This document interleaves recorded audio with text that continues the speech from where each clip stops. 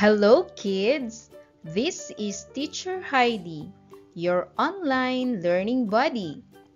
Today, we're going to practice reading short stories with comprehension check. Are you ready? Let's start. Boats on parade.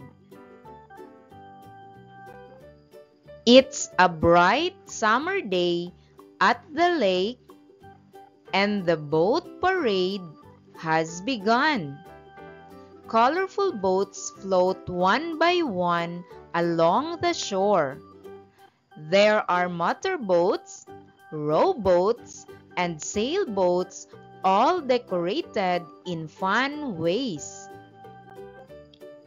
Krista loves the yellow motorboat that has a flag waving in the wind.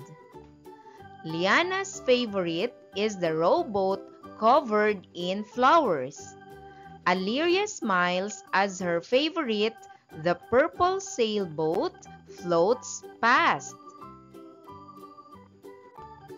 People on the boats wave happily at the cheering crowd.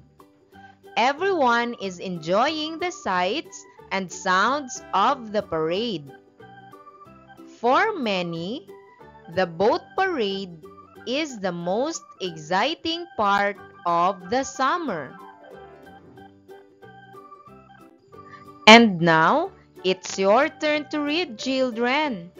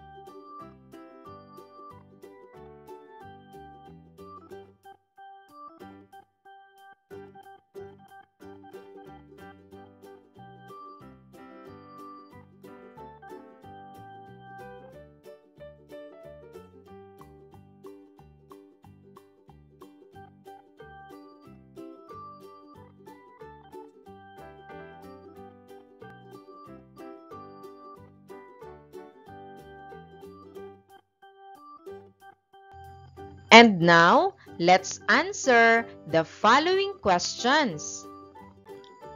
Question number 1. What is the main event in the story? A. A birthday party. B. A boat parade. C. A fishing trip. What is the correct answer?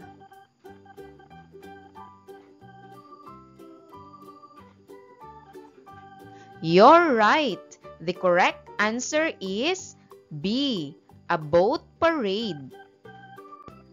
Question number 2. Which boat does Krista like best? A. The rowboat with flowers. B. The yellow motorboat with a flag. C. The purple sailboat. What is the correct answer?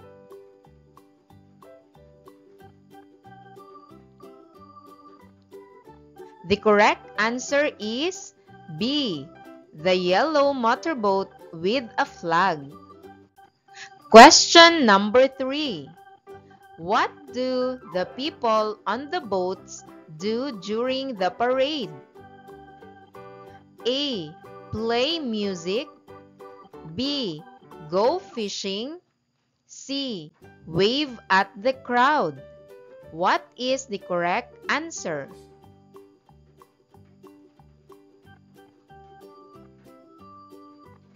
The correct answer is C. Wave at the crowd. Question number 4. Why is the boat parade special to everyone? A. Because it's the last day of school. B. Because the boats are for sale. C. Because it's a fun summer tradition. What is the correct answer?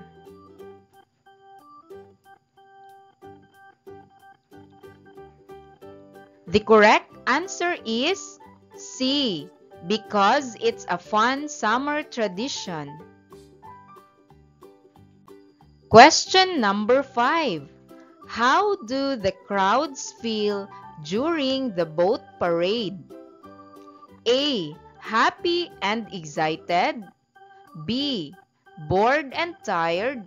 C. Quiet and shy. What is the correct answer?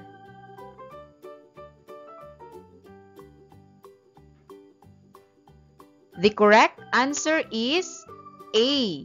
Happy and excited. The puppy and the kitten. My family just brought home a puppy and a kitten from the animal shelter. They were so young that they didn't even have names yet. We had to come up with the perfect names for them.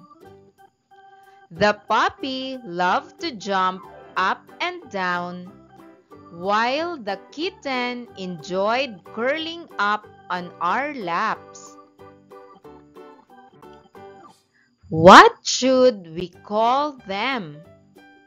Mom asked.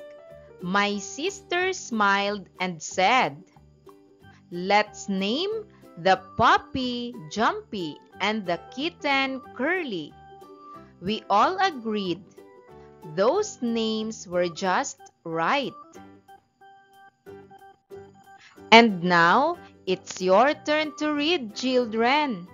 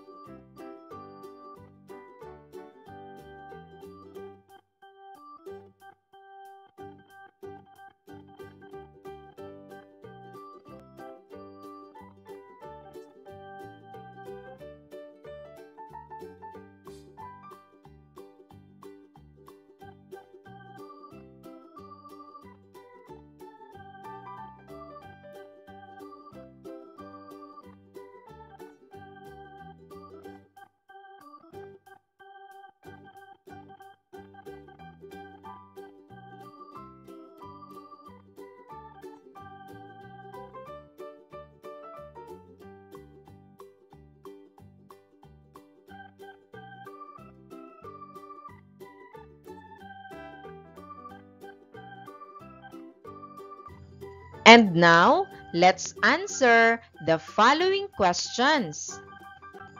Question number 1. Where did the family get the puppy and the kitten? A. From an animal shelter. B. From a farm. C. From a pet store. What is the correct answer?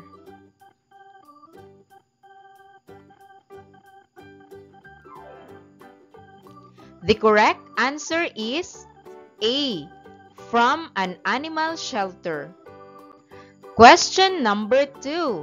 What does the puppy enjoy doing? A. Sleeping in the sun. B. Chasing the kitten. C. Jumping up and down. What is the correct answer?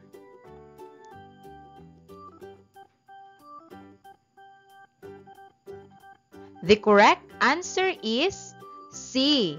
Jumping up and down. Question number 3.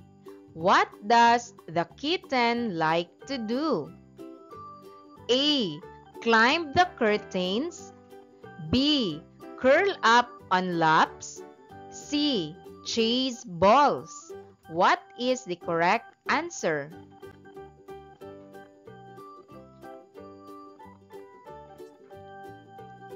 The correct answer is B. Curl up on laps. Question number 4. Why did the family need to name the pets? A. The pets didn't have names yet. B. They wanted to change their old names. C. The animals were too noisy. What is the correct answer?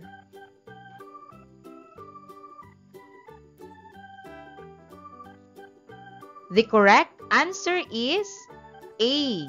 The pets didn't have names yet. Question number 5. Who suggested the names Jumpy and Curly? A. Mom. B. The sister. C. Dad. What is the correct answer?